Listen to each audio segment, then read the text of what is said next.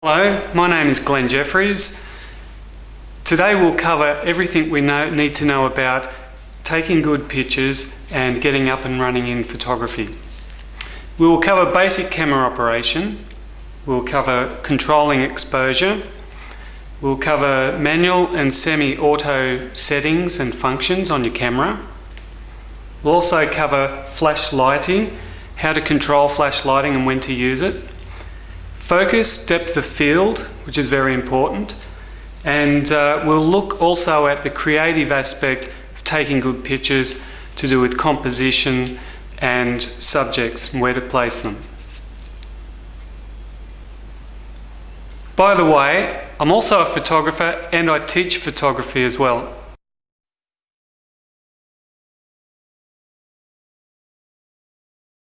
What we'll do now is cover basic camera operation. If you have either a film camera or a digital camera, it doesn't really matter because the principles of photography are the same. The creative aspect is the same. I have here a digital SLR camera, but the settings and the way I use it would be exactly the same as if I was using a film camera. There are different types of cameras. We have here, it's just a standard compact camera.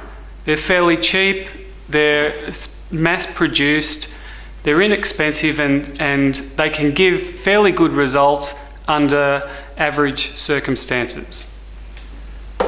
The SLR camera, it stands for single lens reflex, is basically a camera which offers much more control.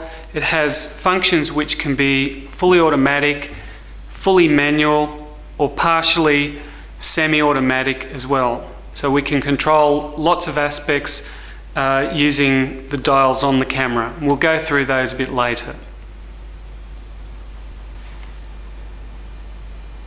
When you're starting in photography, you'll probably want to create a nice image for yourself, especially if you want to get some work from taking your photographs. If you've got a generic type of camera, it's mass produced as I mentioned, and pretty much anyone can buy one and control one.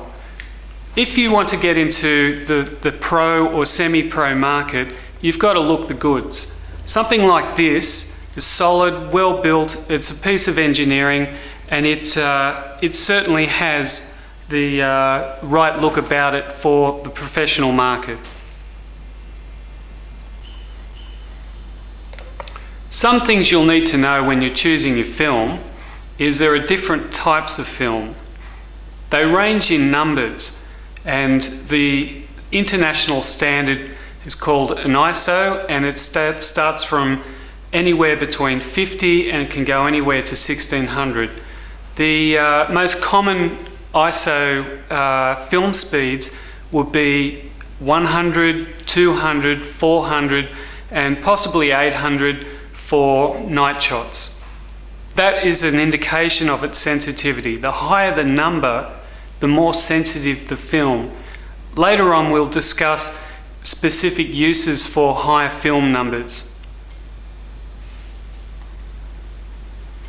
Talking about the camera again, on the more professional cameras or the more upmarket SLRs, you have controls which might not mean a lot to you from first glance, but they actually allow you to set fully manual operation, and it might indicate an M or a P, or in your particular camera it might have another particular name. You have to check your manual, but basically SLRs can show fully manual. They can show operation where you can set the aperture and the speed changes, or set the speed and the aperture changes. They're called priorities. Or you can set an automatic function, which is generally called program mode. Unfortunately, these type of cameras have very limited control. Sometimes you can set some type of built-in program, sometimes not. Sometimes they can offer limited results, but for the professional photographer or someone who's wishing to use photography as a means of expressing themselves creatively, you need to be able to control manually all the aspects of photography